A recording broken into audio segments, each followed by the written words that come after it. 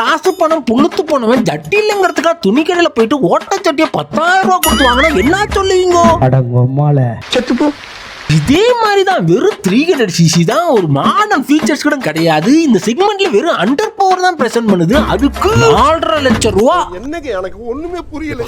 ஏற்கனவே போட்டு ஒன்னும் ஆட்டம் இல்லையா? ஆமாங்க, கவாசகி வெர்சஸ் X300 நிறுத்தப்பட்ட மாடல் மீண்டும் உங்களுக்காக.